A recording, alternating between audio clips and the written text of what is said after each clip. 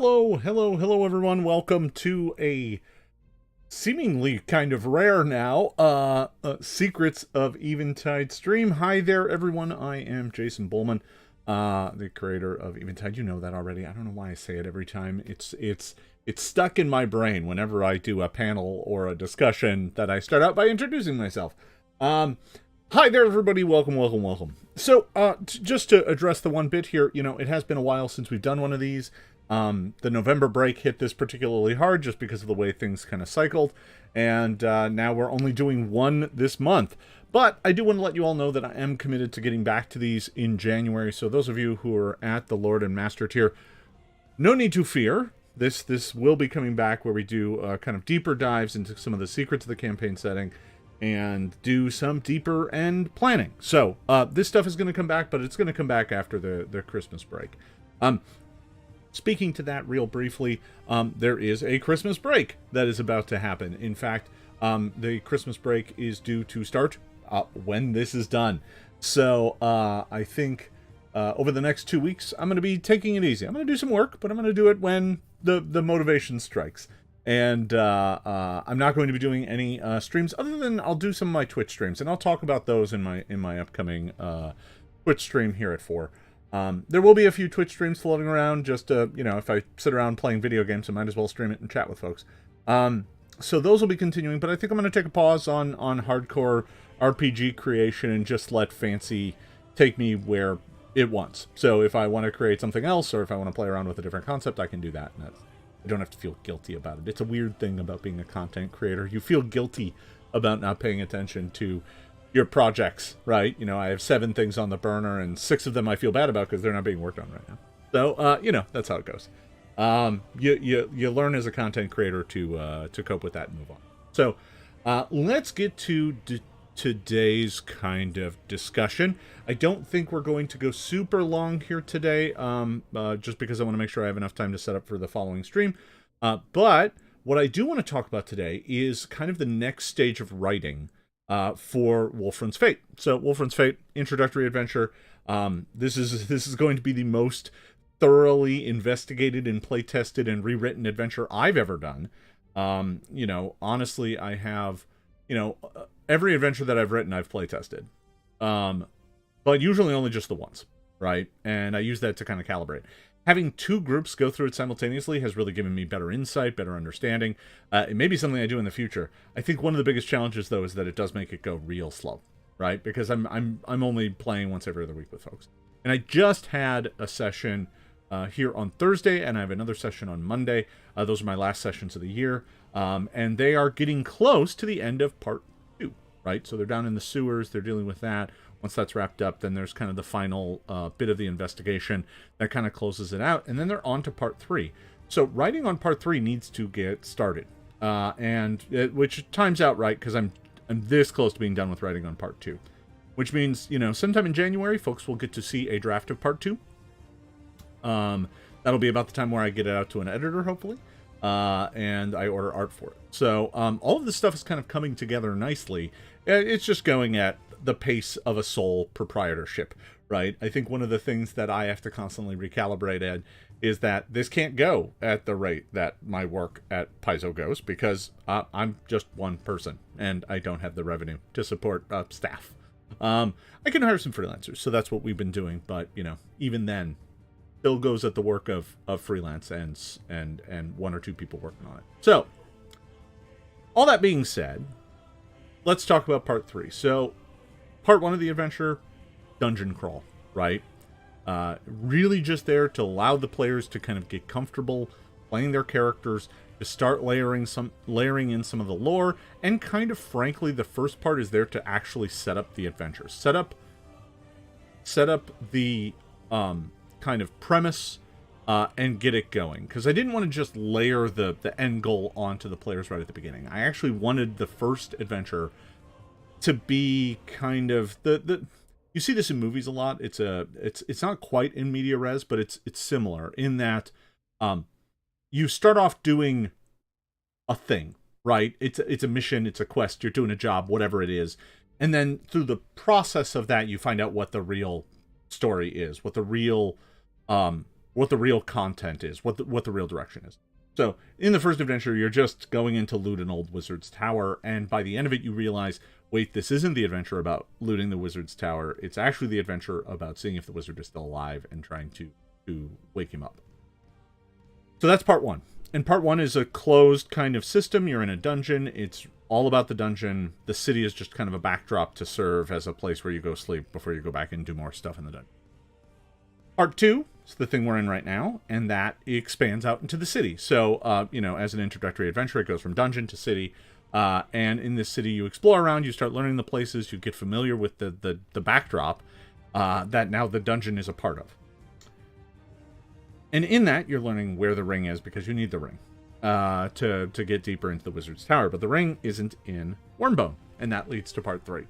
So part three is now traveling and going out into the wilderness, going out, you know, beyond Wormbone, and learning a bit about the Icescar Valley. So, again, it's all just about layering in detail and lore and teaching everybody about it without having to make them read a whole bunch of stuff and become familiar with something that they may not have that heavy of an interest in. So, like, as we've been going along, one of the things that's been really satisfying to me as a creator and as a game master is to watch the players slowly become more and more invested in the place and in the story with the pace of it being revealed, right? So that's actually playing out right. So as an introductory adventure, this may be one of the best ones I've ever written.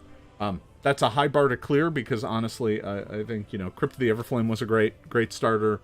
I like Fall of Plaguestone quite a bit, but Fall of Plaguestone is its own beast. You know, I've written a handful of starter and intro adventures over the years, and this one really is coming together nicely. So, part three is a journey. So at the end of part two, they learn that the ring is not in Wormbone. It's actually in a town called Red Thistle. Let me see if I got a map of the Icescar Valley here. I do. Okay, so here you can see Wormbone kind of right in the middle of the map. And then out to the east, there on the edge of the Gemwood, you can see the town of Red Thistle. So the players will need to journey from Wormbone to Red Thistle as part of this adventure. And then once in Red Thistle, they'll need to find Wolfren's descendants, or Wolfren's family's descendants, and try and track down the ring. So what we've got here is really an adventure that has two parts to it. One is a journey, and the other is the conclusion and whatever needs to happen at the end. Now, I could make either one of these kind of a non-issue. I could just say, yes, you ride for 2 days and you arrive in Red Thistle. Congrats. Alternatively, I can make the journey more meaningful and then make Red Thistle be like, and the family's there, and they're like, yeah, sure, you can have the ring. Wait, our great uncle is still alive? Like, I could do that. But instead, I'm not going to do either one of those. I'm going to make both of them a significant portion of the event. So my current plan is that there is a journey portion, and then there is the end portion where the family needs help. And the players get to be of help to the family, the Eldroth family, which is a well-established old family in Red Thistle. So, the journey gives me a chance to have the players actually start to experience the Gemwood as a place. Right now, so just like in the first adventure where the Gemwood is just kind of a backdrop of something that's beyond the city, and any exploration they did in it, like to go to Jarotha's house or go to the Elven Remembering Stone, was really just kind of a trek. It's not really described all that much. It's just like, yes, you go there. It's not far away, so it's not very dangerous. You're not staying overnight out in the wilderness, so, you know, there's really nothing to it other than, you know, going out into the part of the woods that's frankly pretty tame. It's well hunted, wild animals kind of stay away, and that gets me to a system I want to design for this that I'll talk about here. So this journey from Wormbone to Red Thistle on foot will take several days. The players can't afford horses. They might try and buy horses. I don't know. I need to investigate whether or not they can buy horses and speed up the journey. I got the question of, is the journey and the thing that happens at the end, are they like separate modules? You could view them as separate pieces, but they're both going to be part of part 3 of the adventure. Because I don't think either of them are as big or as impactful. They're both like half adventures. So one of the things I realize is that each one of these parts is giving the players 1 level. So they're going to get a level in part 2. I want them to get a level in part 3. That means I've got, 10 to 15 encounters to play with to get them to a level. And I don't want all 10 or 15 to be in either. So I want both to be, maybe the journey there is 7 or 8 and what happens there is 3 or 4. Right? And that way they both feel kind of substantive, but they're not, neither is hogging the entire module. At least from a planning standpoint, that's what I'm thinking about, because I think part 4 is the journey back, which will be shortened, and then the final level of Wolfren's Tower, which, goes back into a dungeon, and now the players are higher level, and it's much more dangerous. So that's kind of my thought right now. So as far as structure, the structure of this is kind of there's an A plot and a B plot, and they're not really related. The A plot is, they're both important plots. B isn't less important than A. It's just that they're 2 separate stories. There's the journey, and then there's what happens at the end. So the journey, as I said, is a couple days long, and involves the players going kind of deep into the Gemwood, right? There's a trail, there's a road that goes between Wormbone and Red Thistle. So the players have the advantage of being on a well-traveled bit of terrain that is also patrolled. So it's not as dangerous as just staying out in the wilderness. However, I'm not going to let them stay on that entirely, because I think this is where this bit of adventure becomes interesting. So one thing that I'm going to do, I'm going to make sure I have a note file open here, because I'm going to be doing a little bit of the brainstorming here as we go along. Just so that I make sure I take notes, and if I see any interesting ideas, I'll grab them. So, part 3, and we'll go ahead and the one is the journey, and the second part is Red Thistle. So the journey gives me chances to have them have wilderness encounters with creatures and stuff, and this speaks to a system, basically I want to take a look at how random encounters, because I do think that ultimately most GMs find them kind of dissatisfying. Unsatisfying. Dissatisfying, though.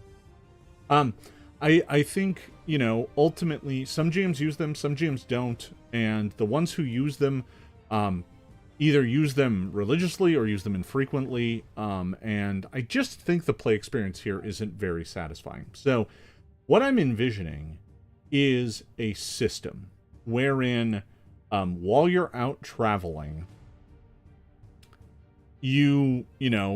traveling during the day, there is the possibility for encounters, and then resting at night is the real dangerous time, right? During the day is not as dangerous. Everyone can see, and wild creatures tend to, especially those who hunt, tend to prefer the night. They prefer the darkness when vision isn't as good for some. So, I think the system I'm envisioning here is one in which the party makes a secret survival check, and they can state that they're looking for a specific type of campsite, right? So what I'm saying is their campsites have traits that can be associated with, and the trait gives you benefits based on which thing you're looking for. So let's say you're looking for a campsite that has shelter. And what that'll do is if you find a campsite that has shelter, it will provide bonuses on any checks you need to make to endure bad weather. That's a possibility. You could also try and search for one that is defensible. That would be a campsite where there's limited access to it. It's like it's like up on a hill and most of the sides are too steep for something to climb up, and there's really only one way up. That would be a campsite trait. Defensible, or you know, one that provides a view, right? That gives you a bonus on spotting anything sneaking on you, or one that provides food or sustenance, right? So what I'm saying is you're trying to find a campsite, and you make the GM makes a secret survival check, and you can be trying to look for one, and maybe you find it, maybe you don't. If you succeed, you find it. If you fail, you might find a different one, not the one you were looking for. If you critically fail, you don't find a campsite with any good trait at all. And if you critically succeed, you find a campsite with 2 traits, the one you were looking for plus a bonus one. So all of this kind of works out to, oh, there's also, like, obviously there'd be a camouflage trait, which just reduces your chance of having a random encounter during the night. That's one component of it. The other component of it is a sliding and growing difficulty scale and danger scale of the random encounters that comes in 2 parts.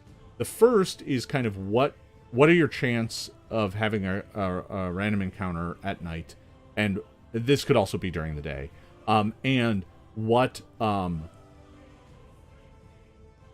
type of encounter is it based on where you are.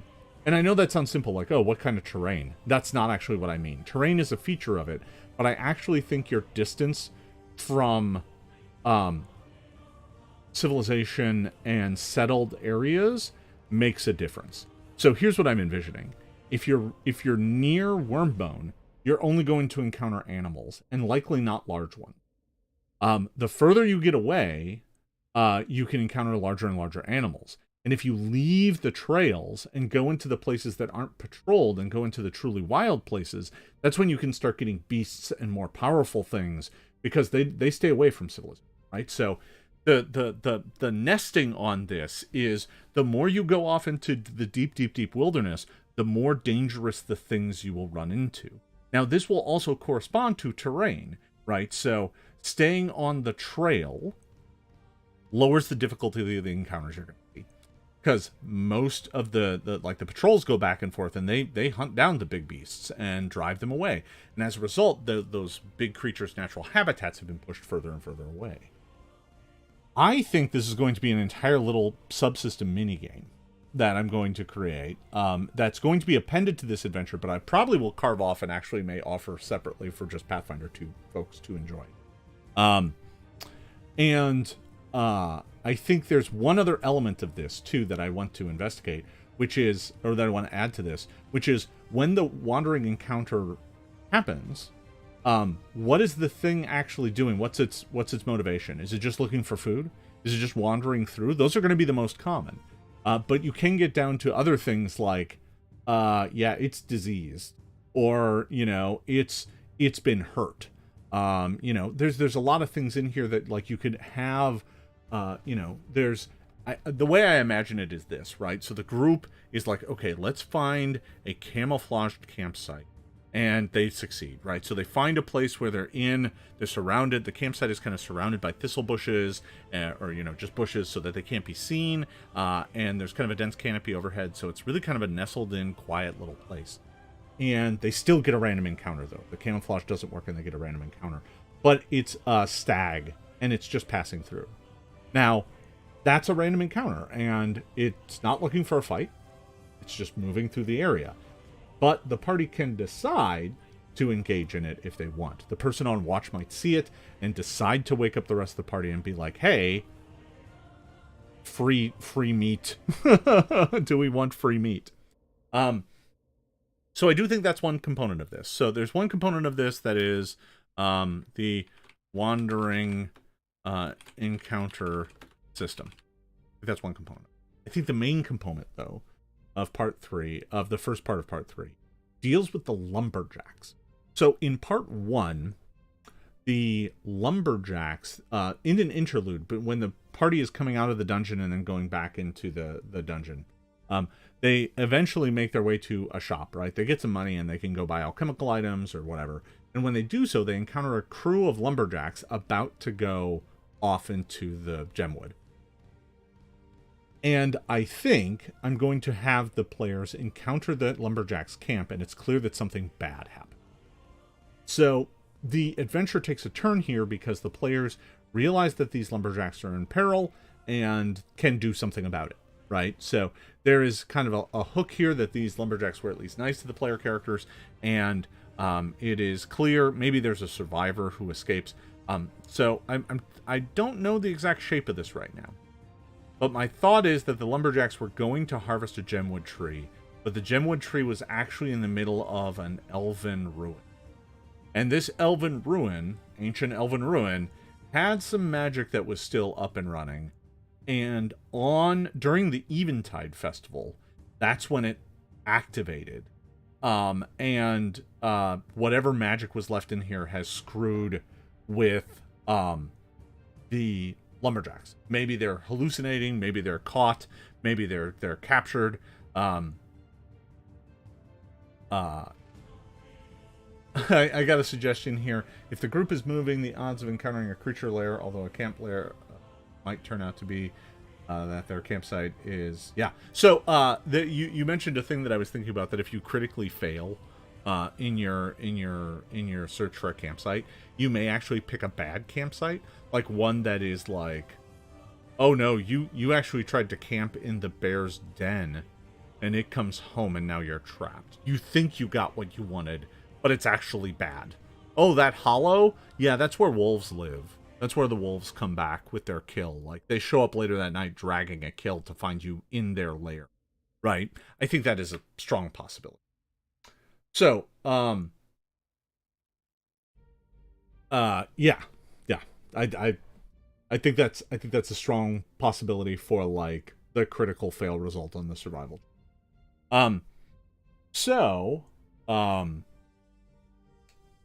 These lumberjacks are in trouble. And I think this is the main adventure part of this part of the adventure, is just rescuing these poor lumberjacks and, you know, getting some treasure out of it and doing that sort of thing.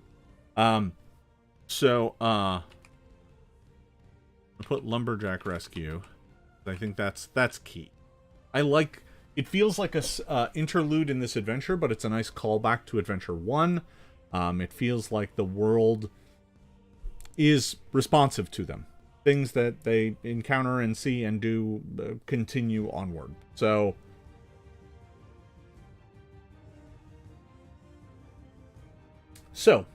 let me do a little bit of a brainstorm here. What other things should they encounter on the road? And two things come to mind immediately. One is a Blue Banner patrol, because the Blue Banner patrols it's called the Ruby Road because it goes through the Gemwood. And this road they patrol all the way out to, let me pull up the map again. Here it is. So they patrol all the way out to the Riverbridge Inn and out as far as Red Thistle. So they patrol a good long way. And there is a road that kind of goes from the Riverbridge Inn along the Icefog Lake up to Wormbone.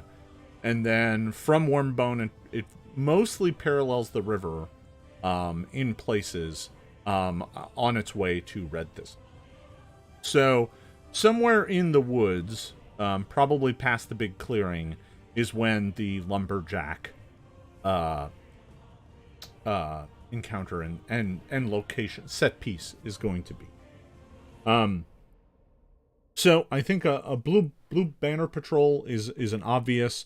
I don't know that this is an encounter other than role playing, but it does serve to let the players know that that's why this road is safe, is because the Blue Banner takes their job seriously, and there is one patrol that goes down the road in one way or the other every day.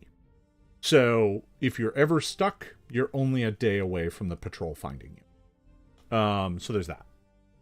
But it does also mean I don't have to worry about the patrol, like, coming to rescue you, right? They're not every 3 hours. The next thing is a merchant caravan. I think this is a gimme. That they encounter a merchant caravan, maybe one of the last ones of the year. Right, it's getting late. So the merchant caravans are going to be coming less and less often. Oh, that's a good idea. Out of Tusk Town. So if it's a caravan out of Tusk Town, it would be carrying all the kind of animal bits and things from far off shores that come into the Tusk Town port. And maybe it's the last caravan of the season, right? So they've made it through the mountains to the east. Right, so they've made it through the kind of rotting peaks or blue claws off there to the east, past the Ashen Barrows, and they've arrived. So yeah, Tusk Town is just kind of east of here, and you have to go through the mountains to get it. So there comes a point in time where the pass is just closed, and that's it. That's it for the year. And you know, it won't open again until spring, and that's when the first caravans start making their way through. The question is, what else can I put on the road? Right? I mean, they could encounter, you know, there's going to be homes and stuff out there, you know, hunters' cabins, you know, people who just want to live out in the wilderness. Some of that will be along the road at various places, so that's a thing. I don't know that I need a lot. It wouldn't be bad if there was one other encounter type thing, so maybe there are bandits. That's a possibility. Guess I could count bandits with a question mark? Bandits? Bandits? That's a thing we could do. And then of course there's always just the chance for, you know, wandering monsters. I already have the wandering counter system, but maybe instead of it being not random, it's a planned monster encounter, right? Where, oh yeah, no, there's a wounded animal or something is stalking them. I do think all of those things are possible. So if anybody has any other thoughts for random things to put on the road, feel free to throw those in chat or add them to the messages either in Discord or here, and we'll get to them.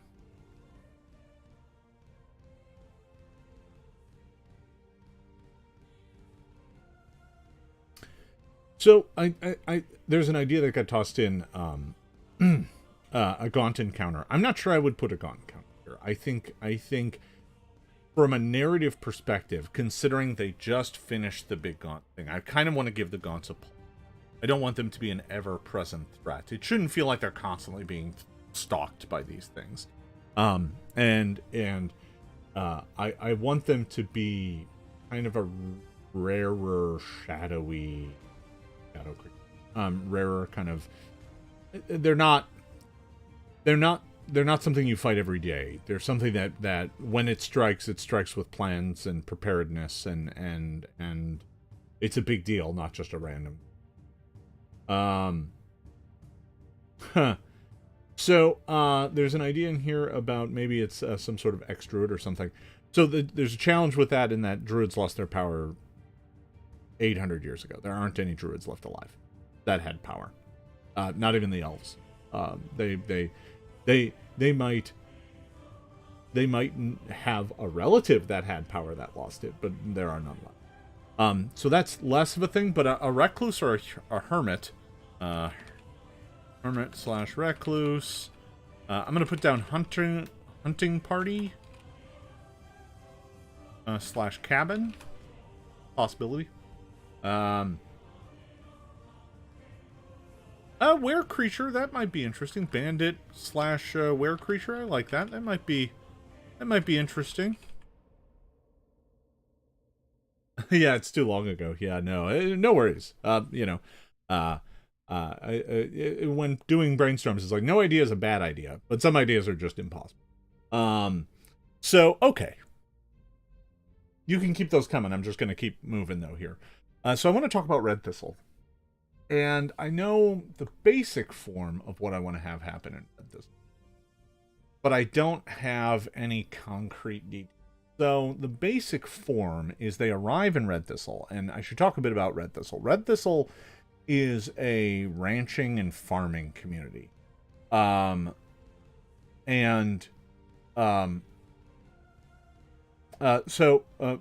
hold on, I'll pause for just a sec here. There's a talk about a night encounter with wolves or light undead. I think that'll be part of the encounter system. That does make me think, though, that I should think about things that make good sense in the middle of this giant forest. So possibly, I was about to say Fae, but then I was like, yeah, there are no Fae in my world. But there are other weird kind of creatures that live in the woods that might be worth doing. Plant creatures or something like that. I'm not sure I would do undead, because unless that might be part of the Elven Ruin. But I will just add plant creatures. So Red Thistle is a farming and a ranching town.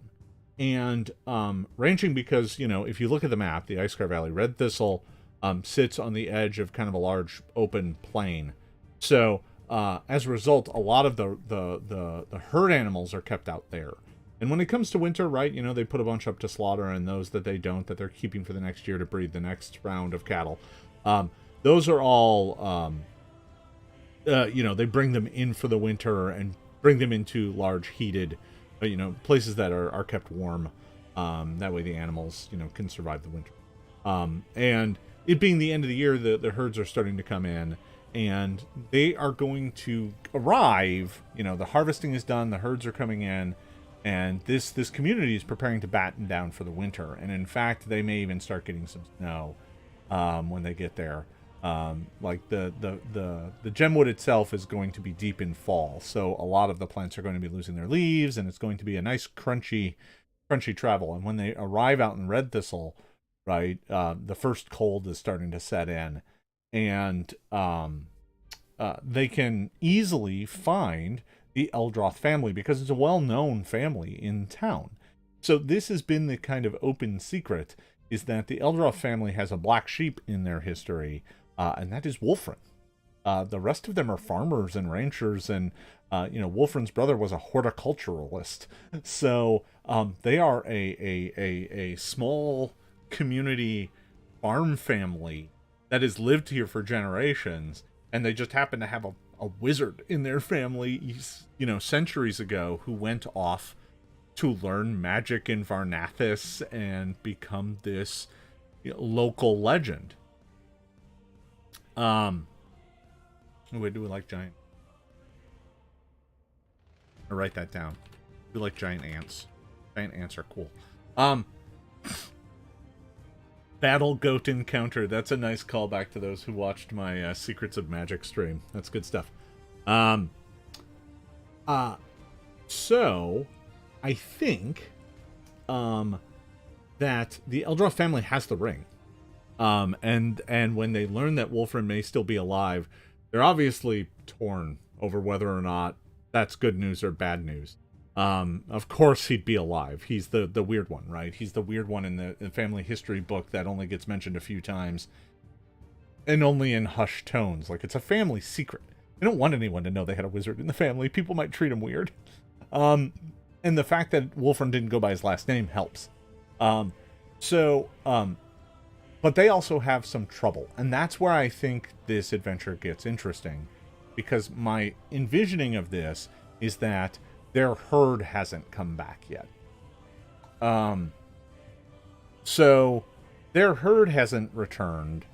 And they need help. So the players can get roped into helping their family and go out and try and bring back the herd, or find the family members who are out dealing with it. Now, that's one aspect of this. The other aspect of this, that I think the Thunder Company is going to be in town. And the Thunder Company is not going to be none too happy to see the player characters, and may actually be involved in this mess. So I'm almost thinking that the Thunder Company, who disappeared in part 1, right, after the first floor of the adventure, the Thunder Company vanished, and I'm thinking that they actually came here for another job. And their job may actually be involved with the missing cattle. Like, maybe they got hired by a rival ranch to, sabotage the cattle rustlers. Or maybe they got sent to go deal with a monster or something. Like, I don't know the form of where this is going. But I think, this part of the adventure is meeting the Eldroths, hiding, keeping their family secret,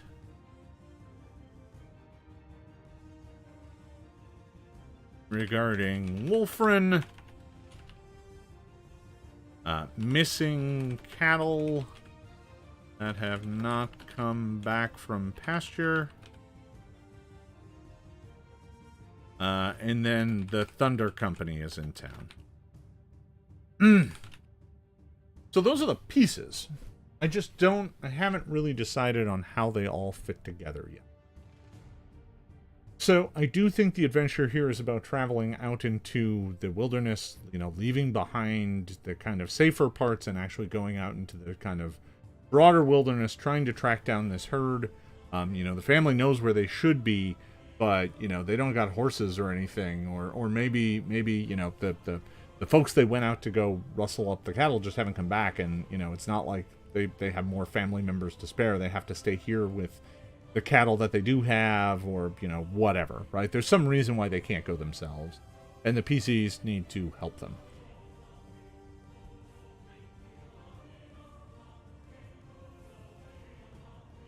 Now, whether or not the Thunder Company actually ends up in direct confrontation with the PCs is a bit of a question, because I have set them up as being a little higher level.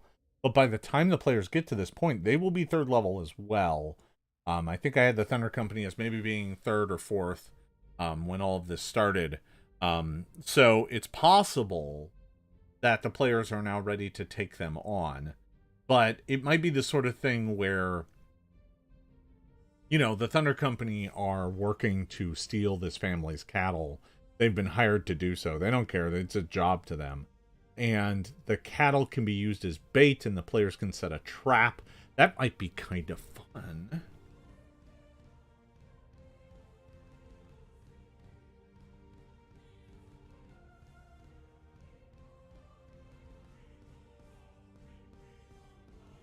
To set a trap.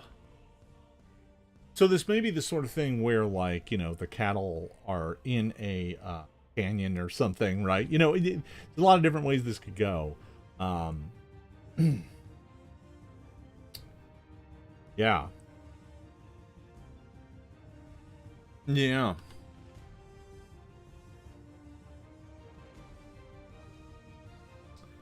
Yeah, they're hired cattle rustlers. Yeah. No, I think that might be the way to go.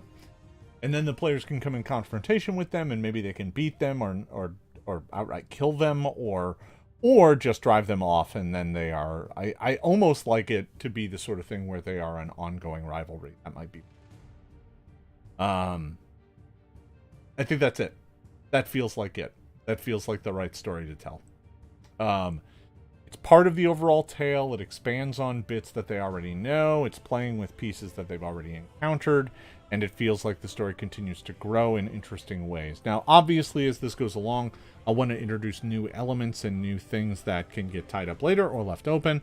Things like the merchant caravan out to Tusktown is an interesting bit of world lore to drop. There might be something in the Elven Ruins that sets up knowledge about what happened with the elves, and that might actually lead to some knowledge about what's going on in Summer Glen.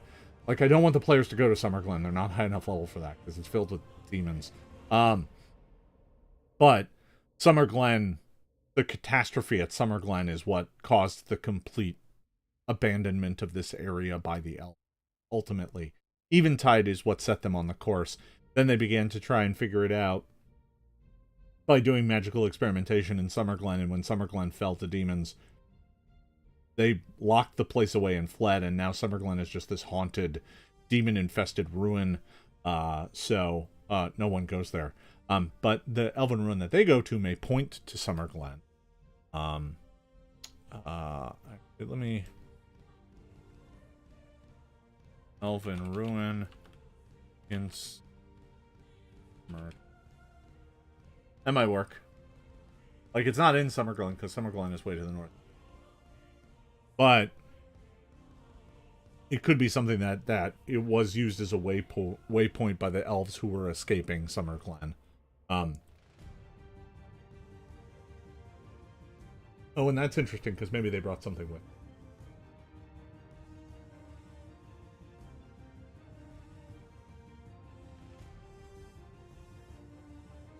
I like it. This is all coming together.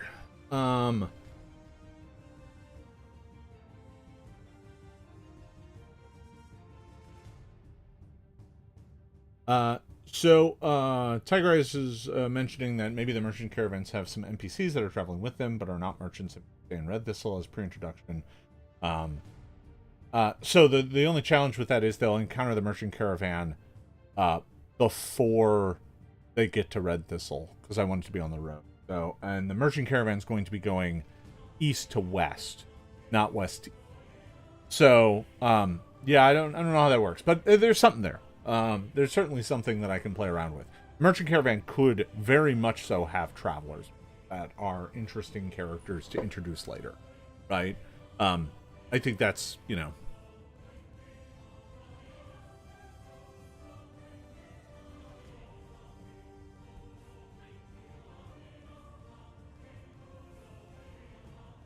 And there you go. I think that's it. I think that's the shape of the adventure. I think there's a lot that still needs to happen. Obviously, it's not written. And this takes it from the outline, which had a lot of these notes in it. But this is now kind of turning into a bullet-pointed list of things to consider, things to add, things to maybe skip, and things to work with. So that's what we got here today, folks. I'm running out of time here, so I want to make sure that I end things properly. This will be the last Secrets of Eventide stream this year. We will be back next year in January. I think I will probably target the first one, probably the 14th. I'll do 14th, 18th. Yeah, that way I'm running at middle and end of month every time. That's probably good, at least for start. So look for the next one of these on the 14th. Hopefully by then I'll already be in the process of writing Wolfren's Fate Part 3, and I might give you a first peek of it. So that's what we got here today, folks. I want to thank you all for hanging out, and thank you for pitching in some ideas. I appreciate it. And obviously, thank you for your support. Your help on the Patreon is why I keep doing this. It really means a lot to me. And, you know, and honestly helps me pay editors and artists to help make this thing a solo project that punches way above its weight class. So, yeah, that's what we got. So I want to thank you all for watching. We will see you in January. I hope you all have a wonderful holiday. Thank you for the ideas. I'm still seeing those, so keep them coming. Take care of yourselves, take care of your families, and we will see you next time.